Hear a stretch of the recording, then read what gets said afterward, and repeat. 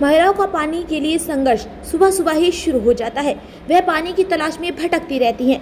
चिलचिलाती धूप में सिर पर बर्तन लिए ही है कारे गांव की फंसे पारधी बस्ती की कठोर सच्चाई है, जहां उन्हें पानी लाने के लिए हर दिन 2 से 3 किलोमीटर पैदल चलना पड़ता है। सूरज आपके शरीर को जला देता है, लेकिन कोई विकल्प नहीं है।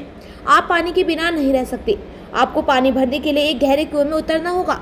यहाँ अक्सर सांप और बिच्छू का खतरा बना रहता है, लेकिन क्या करें, प्रदूषित पानी के कारण बच्चों सहित वयस्क भी बीमारी हो जाते हैं।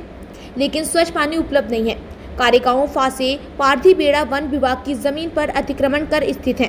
इसके कारण फंसे पारधी बेड़ा के नागरिकों को बिजली, सड़क और पानी की योजनाओं या अन्य सरकारी योजनाओं का लाभ नहीं मिल पाता। पारधी समुदाय के नागरिक जनजातीय विभाग पर पूर्ण उपेक्षा का आरोप लगा रहे हैं। इस बस्ती के आसपास 1 से 1.5 किलोमीटर तक खेतों में कुएं हैं। पानी दूसरे लोगों के खेतों में लाना पड़ता है। पानी लाते समय कई महिलाओं को सांप बिच्छू के काटने की घटनाएं हुई हैं। इससे पारधी समुदाय की महिलाओं के मन में भय का माहौल है। फिर भी उन्हें अपनी जान जोखिम में डालकर पानी लाने के लिए जंगलों में भटकना पड़ता है। इस समुदाय को पीने के पानी जैसी बुनियादी जरूरतों के लिए कब तक इंतजार करना पड़ेगा? 21वीं सदी आ गई है। सरकार ने 100 दिन पूरे कर लिए हैं। सरकार को घाटजी पुलिस स्टेशन के अधिकारी क्षेत्र में आने वाले कारेगांव के फंसे पारधी समुदाय के इस गंभीर मुद्दे पर तत्काल ध्यान देने की जरूरत है। आम्ही पारधी समाजाला आम्ही जन्माला आलो, आमचा काही गुन्हा आहे का? आमच्याकडे कोणत्याही सरकारांचं लक्ष नाही किंवा कोणत्याही योजनेचा लाभ मिळालेला नाही।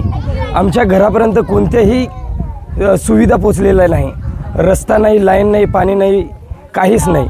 तरी आमच्या जो समस्या आहे ते कोण ऐकणार आणि कोण आमच्याकडे लक्ष देणार? आतापर्यंत एकही सरकारांनी आम्हाला कोणत्याही प्रकारांची योजना नाही दिली किंवा कोणत्याही प्रकारचा आम्हाला लाभ नाही भेटला।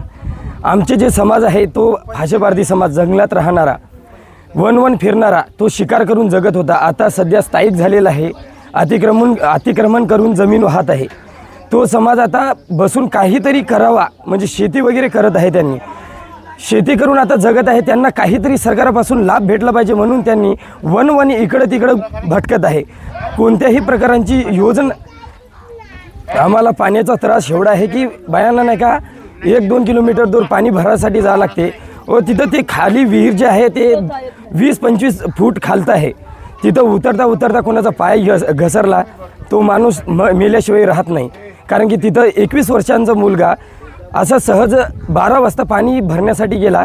तो जाता नाही का पाणी विहिरीत उतरला, तो घसरून डायरेक्ट पडला।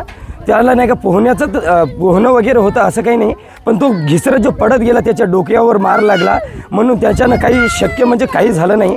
तो पोरगा तिथंच मरण पावला। एवढे म्हणजे दुःखदायक गोष्ट आहे की आपल्याकडे जे पारधी समाज जे आहे त्यांच्याकडे कोणत्याही सरकारांचं लक्ष नाही। माझं नाव किरण संजू पवार,